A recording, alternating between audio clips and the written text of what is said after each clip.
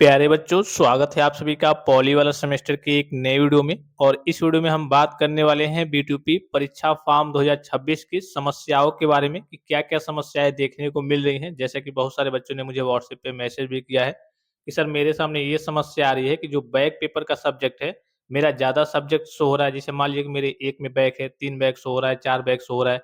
तो इस केस में हमें क्या करना चाहिए? हमें अभी फॉर्म फिल करना है, पेमेंट वगैरह करना है या फिर नहीं?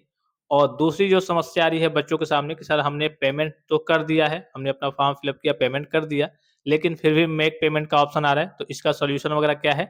यहाँ पे आपको दिख रहा होगा, जैसे यहाँ पे एक बच्चे का मैंने ओपन किया है, बैक पेपर डिटेल्स में अगर आप देखेंगे यहाँ पे बैक पेपर डिटेल्स में, तो 3 सब्जेक्ट है। अब मान लीजिए कि 1 सब्जेक्ट में बैक है, आपका 3 सब्जेक्ट शो हो रहा है, 2 सब्जेक्ट शो हो रहा है, 4 सब्जेक्ट शो हो रहा है, तो इस केस में आपको क्या करना चाहिए?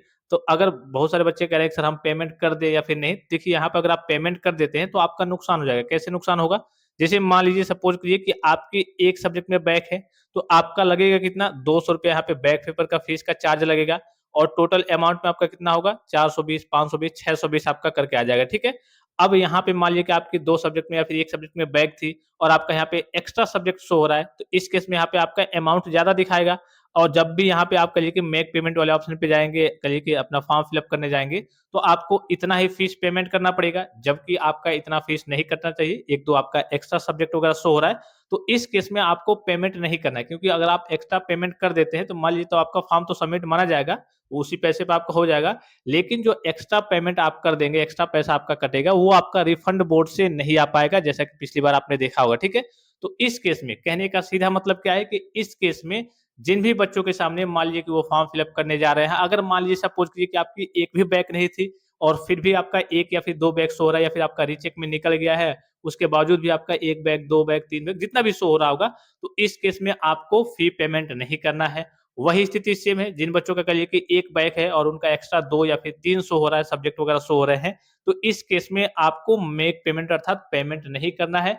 पेमेंट कर देंगे तो आपका सक्सेसफुल तो हो जाएगा उसी पे, लेकिन जो आपका एक्स्ट्रा अमाउंट वगैरह यहाँ पे आपका कट रहा है, तो इस केस में आपके सामने आगे चल के समस्या आ जाएगी। तो जितने भी बैक वाले बच्चे हैं वो थोड़ा-सा ध्यान देंगे, जब तक आपका एक्स्ट्रा पेमेंट वगैरह एक्स्ट्रा अमाउंट यहाँ पे शो हो रहा है, पेमेंट करने के लिए बोल रहा है, आपको पेमेंट वगैरह नहीं करना है। जल्दी बोर्ड इस पे काम करेगा और इस चीज़ को अपडेट कर देगा, उसको सही कर देगा।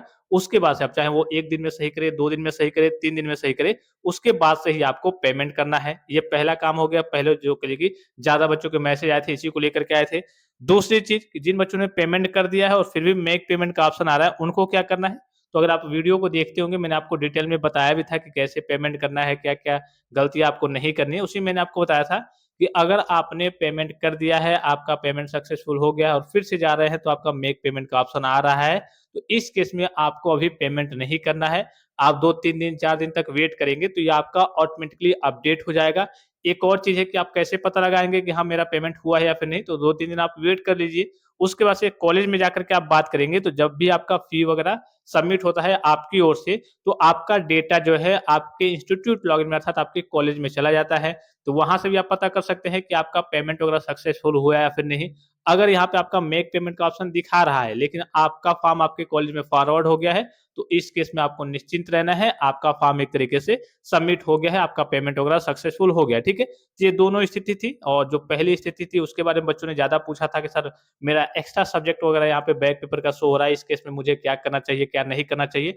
तो जिन भी बच्चों के सामने इस प्रकार की समस्या आ रही है, तो मैंने इसका सॉल्यूशन बता दिया है कि हाँ, आपको अभी 1-2 दिन, 3 दिन तक वेट करना है, वेबसाइट फिर से अपडेट हो जाएगी। सब चीज़ करिए कि सही तरीके से जब आपका शो होने लगेगा, उसके बाद से आपको पेमेंट करना है। अभी अगर आप पेमेंट कर देते हैं, तो आपका सक्सेसफुल तो हो जाएगा फॉर्म वगैरह, लेकिन जो एक्स्ट्रा पेमेंट वगैरह कटेगा, वो आपका रिफंड नहीं हो पाएगा। इस बात का आपको विशेष ख्याल रखना है। तो 2-3 दिन तक आपको वेट करना है और इसके रिगार्डिंग बोर्ड भी जल्दी इसको अपडेट कर देगा। जैसे ही ऑफ़िशियली कोई जानकारी आती है, सूचना आती है, तो मैं आपको तत्काल प्रभाव से जानकारी दे दूँगा, आप तक जानकारी पहुँचा दूँगा। तो फिलहाल इस वीडियो में इतना ही और पूरा प्रोसेस मैंने आपको लाइव तरीके से बच्चों का करके भी दिखाया है। उस तरीके से करेंगे तो शायद आपके सामने कोई समस्या अगर ना हो, उसका लिंक मैं आपको इसी वीडियो के डिस्क्रिप्शन बॉक्स में दे रहा हूँ या फिर यूट्यूब पे जाकर के आप सर्च कीजिए कि बीटीयूपी एग्ज़ाम फॉर्म कैसे भरें 2026 बाई आपको लास्ट में पॉली वाला सेमेस्टर लगा देना है, वो वीडियो आपको देखने को मिल जाएगा सबसे ऊपर। तो फिलहाल इस वीडियो में इतना ही, इजाज़त दीजिए। धन्यवाद। थैंक्स फॉर वॉचिंग, मिलते हैं नेक्स्ट वीडियो में।